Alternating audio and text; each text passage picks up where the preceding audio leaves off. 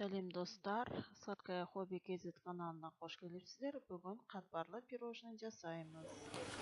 Қатпарлы қамырымызды жайып аламыз.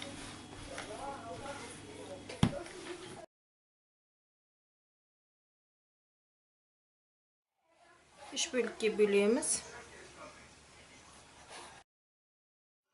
Оны тағы да үш бөлікке бөлеміз. Формасы кішірек болып кетсе, кішкене жөндеп аламыз оқтаумен бүйтіп.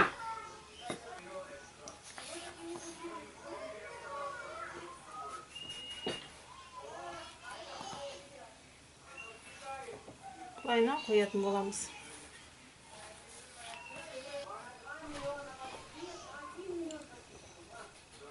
Мынандай стақанмен дайындап аламыз.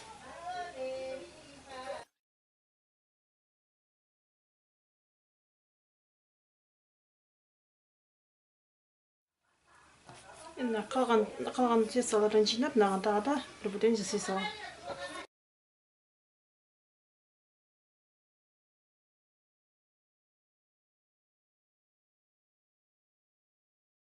Енді мына дайындап алған формаларымызды жан-жағынан жұмыртқамен жабып шығамыз. Жұмыртқаны жабып шығамыз былайынан.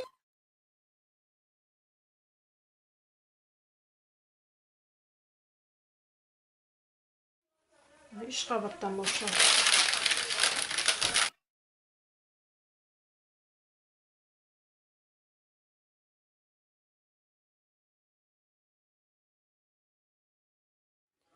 Міне бұйымымызды дайындап алдық. 200 градуста 15 минут дайын болғанша пісіреміз. Жаңа қатпарлы қамырымыздан, яғни слоеный тестадан жасаған пирожныйға арналған негізіміз дайын болды. Міне осындай. Егер де жұмыртқаны жақсаңыз, мынандай жылтырап тұрады. Жақпасаңыз, міне бетіндегі сияқты тұрады. Мынандай болып пісті. Енді оны суытамыз. Енді бетіне крем дайындаймыз, сливкиді. Қантпен көпіртеміз. Міне мұнда менде 100 грамм клейгей, яғни сливки. Бір қасық қант салам, немесе қант пудрасын салуға болады, сахарная пудра.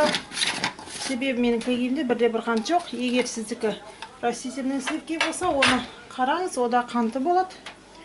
Енді көпіртеміз.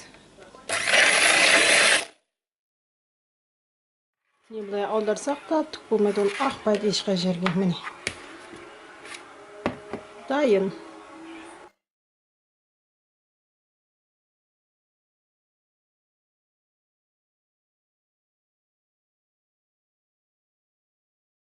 Бар болса, мынандай насадканы қолданыңыз. Жоқ болса, жай ғана мынандай мешокқа салып, бұрышын кесіп салуға болады.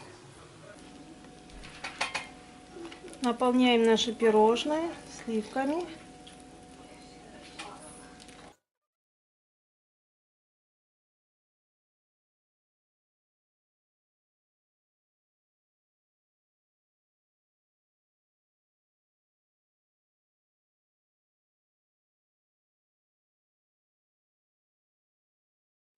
Можно украсить ягодами, фруктами. Я украшу персиком. Спасибо за просмотр. Всем пока-пока.